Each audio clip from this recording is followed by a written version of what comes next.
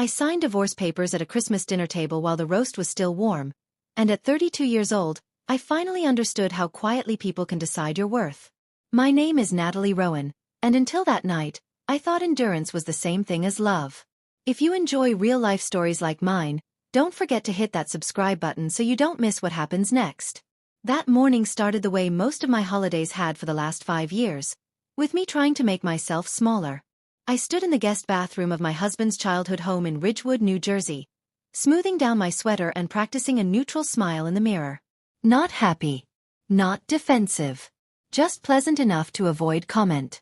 Outside the door, I could already hear voices drifting up from the kitchen. Laughter. The clink of glass. The easy confidence of people who believe the house, the table, and everyone sitting at it belonged to them. Evan hadn't waited for me before going downstairs. He never did. When I finally joined them, his mother, Marianne, glanced up briefly from the counter and nodded, as if I'd arrived on time to a meeting she didn't schedule. His father, Gerald, was carving the roast with theatrical focus. His sister, Lila, lounged at the island scrolling through her phone, legs crossed, boots still on. No one offered me a drink. Dinner was set precisely at 6. Assigned seats. Linen napkins folded just so. Evan sat to his father's right. I was placed near the end, between a distant aunt and an empty chair that stayed empty all night.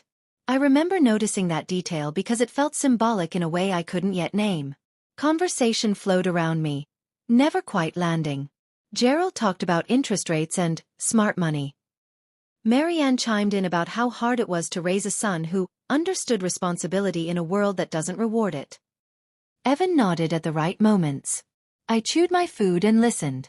Halfway through the meal, Marianne dabbed her mouth with her napkin and said, "We thought tonight would be a good time to clear the air." The fork paused halfway to my mouth. Evan stiffened beside her. She continued anyway. "Natalie, we've always tried to respect your choices. But let's be honest. This marriage has been uneven." Uneven. That word landed harder than I expected. Gerald leaned back in his chair. "Our son has assets to protect. Family assets." I looked at Evan. "What are they talking about?" He sighed, the way someone does when explaining something obvious to a child. "They're just concerned about the future." Marianne reached under the table and pulled out a slim envelope. She slid it across the table toward me, careful not to let it touch the gravy dish. "It's nothing personal," she said. "Just paperwork." I didn't have to open it to know. The words post-nuptial agreement were printed clearly on the front. My chest tightened. "You discussed this without me." Evan didn't answer right away. "Then, it's not a big deal if you're not planning on leaving." Gerald chuckled. "Exactly. People who have nothing to hide never worry about documents." I felt everyone watching me, waiting to see what kind of woman I would be. Difficult. Emotional. Grateful. "I have my own career," I said. "I contribute." Marianne smiled, thin and patient. "You work at a non-profit, Natalie. Let's not pretend that's the same thing." Something in Evan's expression told me this conversation had already happened. "Just not with me." The pen appeared next, placed neatly beside the envelope. A simple gesture that carried years of judgment with it. I should have stood up. I should have said no. Instead, I thought about every compromise I'd framed as maturity. Every time I'd let a comment slide because it wasn't worth it. I thought about how tired I was. "Tonight would be best," Marianne said softly. "No need to make it dramatic." I picked up the pen. My hand trembled, then steadied. I signed where they pointed. No one clapped. No one thanked me. Gerald poured himself another drink. Marianne smiled like a problem had been solved. Evan let out a breath and squeezed my knee under the table, as if I'd done something kind for him. Conversation resumed. Dessert was served. Lila laughed at something on her phone. I sat there, listening to the sound of silverware against china, realizing I had just agreed to disappear in writing. What I didn't know yet was that the document they thought would protect them was the same one that would eventually set me free. I didn't cry until we were halfway home, the car quiet except for the soft hiss of tires on wet pavement and the hum of Evan's breathing beside me. Snow had started falling again, thin and persistent, blurring the streetlights into streaks of white.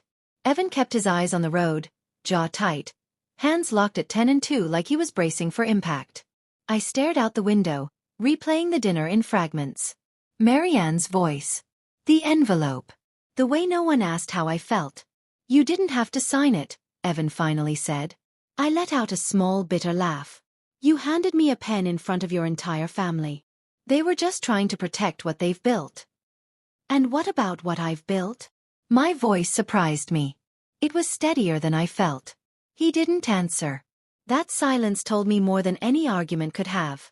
When we pulled into the driveway, the house was dark. I unlocked the door, stepped inside, and felt something settle in my chest, heavy and calm at the same time. Like a decision forming without asking permission. Evan went upstairs without a word. I stayed in the living room, coat still on, staring at the faint reflection of myself in the window. That night, I slept on the couch. Over the next few days, Evan acted as if nothing had changed. He asked what I wanted for breakfast. He forwarded me a link to a condo listing, just to look. He avoided the subject with the precision of someone who believed time would smooth everything over. It didn't. The agreement sat on the kitchen counter, clipped neatly, a reminder every time I reached for my keys. I read it carefully one afternoon while Evan was at work. Page after page of language designed to shrink my life into footnotes. Any future earnings tied to the marriage waived. Any claim to shared growth relinquished. I was expected to sign again in front of a notary within 30 days. I felt something snap, not loudly, but completely. That evening, I called my father. We hadn't spoken in months. Not because of a fight but because distance had become our default. He lived on the West Coast, always traveling, always in meetings. Growing up, I'd learned not to expect consistency from him, just quiet support from a distance. He answered on the second ring. Nat. I hesitated, then told him everything. The dinner. The document. The way Evan had looked through me instead of at me. He listened without interrupting. When I finished, there was a pause long enough for me to wonder if the call had dropped. Send me a copy, he said. That's it. That's enough for now. The next morning, he called back. His voice was different. Sharper. Focused. Do not sign anything else, he said. And don't let them rush you. I frowned. Dad, it's just a post-nup. They have lawyers. I don't. That's not true, he replied calmly. You have me. I'd spent most of my adult life downplaying my father's wealth. It made people uncomfortable. It complicated things. Evan knew he was successful, but not how successful. I'd never corrected his assumptions because I didn't want money to define me. Now, sitting at my kitchen table with the document spread out in front of me, I wondered if silence had cost me more than I realized. 2 days later, Evan told me his parents wanted to meet again. Just to finalize things, he said. No drama. I agreed. We met at their house, the same dining room, the same polished table. This time, there was a man I didn't recognize seated near the head. Gray suit. Confident posture. A lawyer. Marianne smiled too brightly. Natalie, this is Thomas. He'll walk us through the last steps. Before he could speak, the doorbell rang. I stood. I'll get it. When I opened the door, my father was standing there, coat dusted with snow, eyes alert. Beside him was a woman in a navy suit carrying a leather briefcase.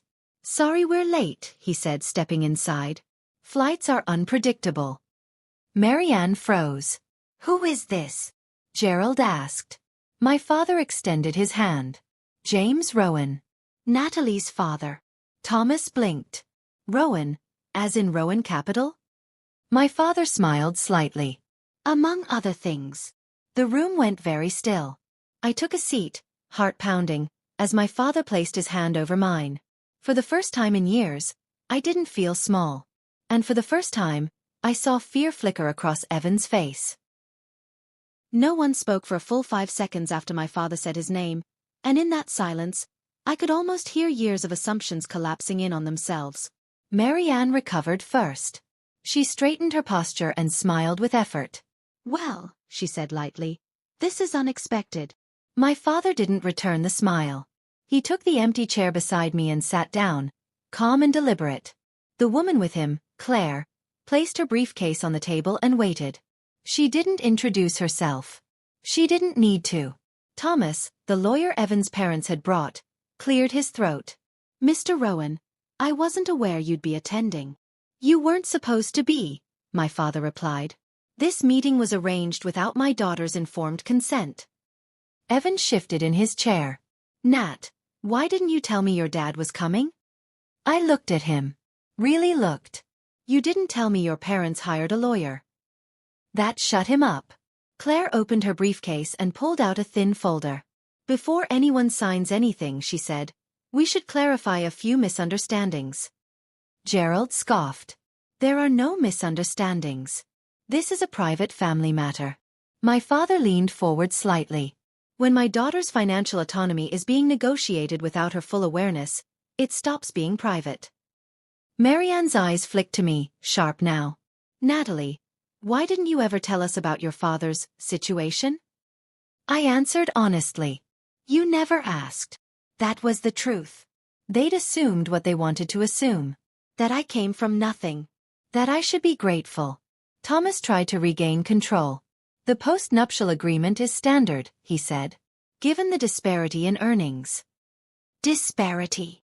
Claire interrupted calmly. You mean the one you believe exists?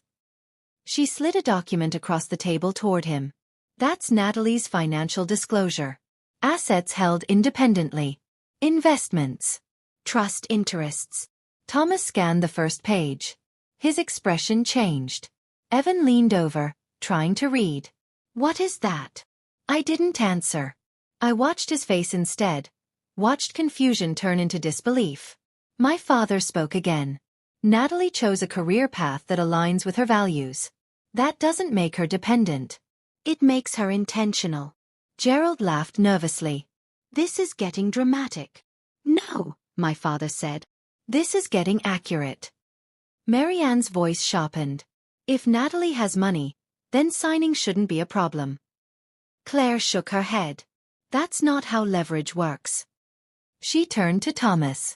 The agreement you've drafted assumes Natalie is entering from a weaker position. It limits her future earnings, restricts claims on shared appreciation, and places all risk on her. That's not enforceable under these circumstances. Thomas swallowed. We can revise. Evan finally spoke. Dad, Mom, can we take a break? I stood up. No. Everyone turned to me. I've been quiet for a long time, I said. My voice shook, but I didn't stop. I let things slide because it was easier than fighting. But I'm done being discussed like an inconvenience. Marianne's face hardened. We were protecting our son. And who was protecting me? I asked. Evan looked stricken. Nat, I didn't think. That's the problem, I said. You didn't. I turned to my father. I don't want to sign anything. He nodded. Then you won't. Gerald stood abruptly. This is outrageous. You waltz in here with lawyers and numbers and try to intimidate us. My father rose as well, unhurried. You attempted to corner my daughter into a legal agreement at Christmas dinner. If anyone misunderstood the power dynamic, it wasn't me. The meeting ended shortly after. No signatures. No dessert. Evan followed me to the door while his parents argued quietly behind us. Please don't do this, he said, voice low. We can fix it. I paused with my hand on the doorknob. You already showed me how this ends. The drive home was silent. When we pulled into the driveway, Evan reached for me, then stopped himself. Inside, I packed a bag. I'll stay at a hotel, he said quickly. Give you space. I nodded. That's best. After he left, I sat on the edge of the bed and let the tears come, slow and steady. Not from heartbreak, but from relief. The kind that comes when a truth finally stops pretending to be something else. The next morning, I called a divorce attorney. My father didn't say, I told you so. He just asked what I needed. What I needed, it turned out, was distance. Clarity. Time. What Evan needed was something I could no longer provide. My silence. By the end of the week, word had spread through his family. Calls went unanswered. Messages softened, then stopped. I signed the divorce papers 2 months later, not at a dinner table, but in a quiet office with sunlight on the floor. My hand didn't shake. Walking out, I realized something simple and sharp. They thought money was my weakness. They never understood it was my freedom. Life didn't explode after the divorce the way people expect it to. It narrowed instead. Quieter mornings. Fewer apologies. I moved into a one-bedroom apartment overlooking a side street in Hoboken, close enough to the river that I could smell it on damp days. The furniture was borrowed or thrifted. My clothes fit in one closet. For the first time in years, everything I owned felt chosen. I kept my phone on silent for weeks, letting missed calls stack up like unopened mail. Evan texted a few times at first, long messages full of regret and confusion, then shorter ones, then none at all. My father stayed in town longer than he'd planned. He never pushed advice. We walked most evenings, hands in our pockets, talking about neutral things. Books, weather, a bakery on the corner that stayed open too late.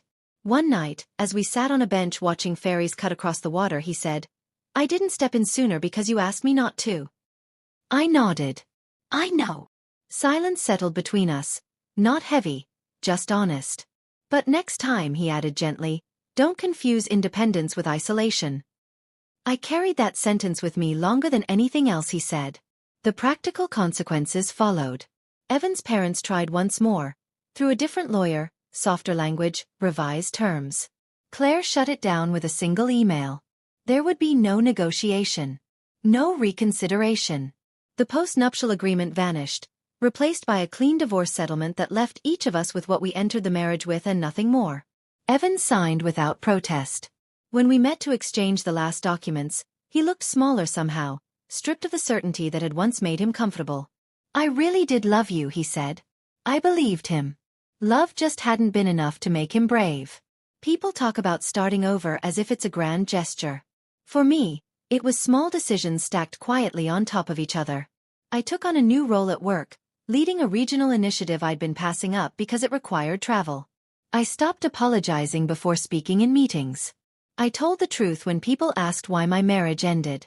Not the dramatic version. Just the accurate one. We wanted different things, I'd say. Or, I got tired of disappearing. Both were true. I didn't tell many people about my father's wealth. It still felt irrelevant to the life I was building. But it did change one thing. It removed fear. When my lease ended, I chose a place because I liked the light, not because it was safe. When my nonprofit lost a major donor and cut hours, I didn't panic. I adjusted. I stayed. I believed in the work enough to keep showing up. Money stopped being a shadow at the edge of every decision. That alone felt like an inheritance. 6 months after the divorce, I ran into Marianne at a charity fundraiser. She looked startled to see me, then guarded. We exchanged pleasantries like strangers who shared an inside joke neither wanted to acknowledge. "You seem well," she said, studying my face for cracks. "I am," I replied. That was the entire conversation. Later, I heard she told someone I'd changed. As if growth were a personal affront. Evan reached out once more, a year later. He'd moved, changed jobs, was figuring things out. He asked if we could meet for coffee. I thought about it longer than I expected. Then I declined. Not out of anger. Out of respect for the woman I'd become. Closure didn't require his presence anymore.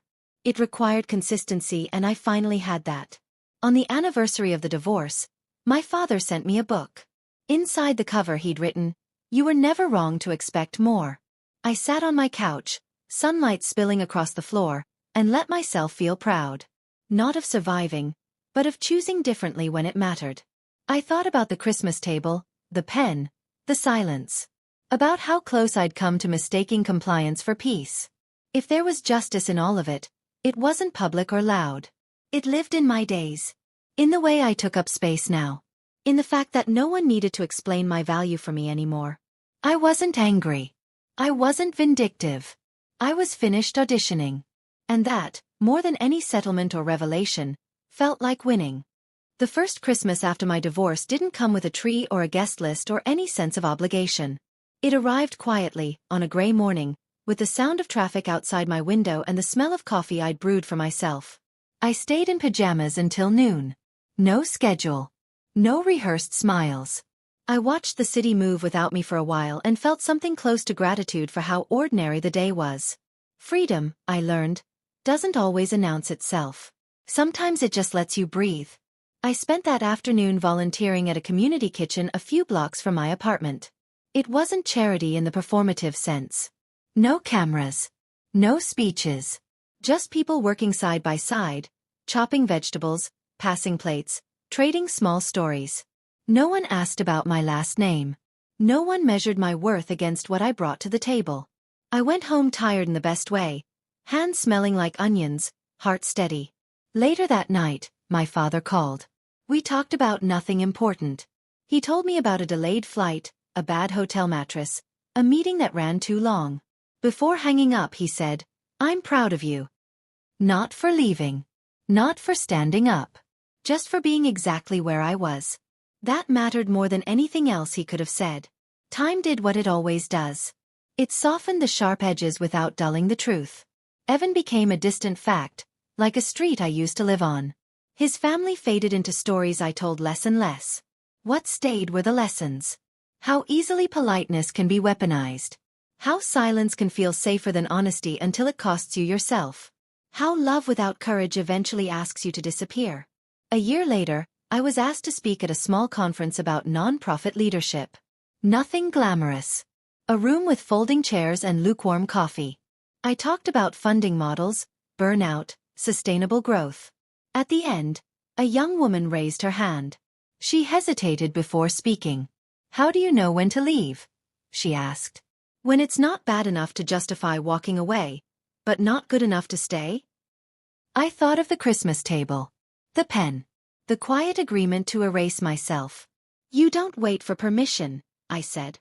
"You listen to the part of you that's getting quieter every day. When you can't hear yourself anymore, that's your answer." Afterward, she thanked me with tears in her eyes. I drove home slowly, letting the city lights blur, thinking about how close I'd come to never saying those words out loud. I never remarried. Not because I closed myself off, but because I became selective. I learned that partnership should expand your life, not negotiate it down to something manageable. I dated. I loved. I walked away when things felt familiar in the wrong way. Every time, it got easier to trust myself. My father and I found a new rhythm too. Less distance. More presence. He stopped assuming I needed rescuing. I stopped assuming I had to prove something. We met in the middle, where respect lives. People sometimes ask if I regret how things ended. I don't. I regret how long I stayed silent. I regret believing that keeping the peace was the same as keeping my dignity. But regret, like resentment, loses its grip when you stop feeding it. If there's one thing I know now, it's this. Love should not require you to shrink. Family should not treat your compliance as currency. And money, power, and appearances mean nothing if they are built on the quiet erasure of another person. I signed my divorce papers on a winter night and thought I was losing something. What I was really doing was choosing myself, fully and without apology. That choice didn't make my life perfect. It made it honest. And honesty, I've learned, is the most generous inheritance you can give yourself.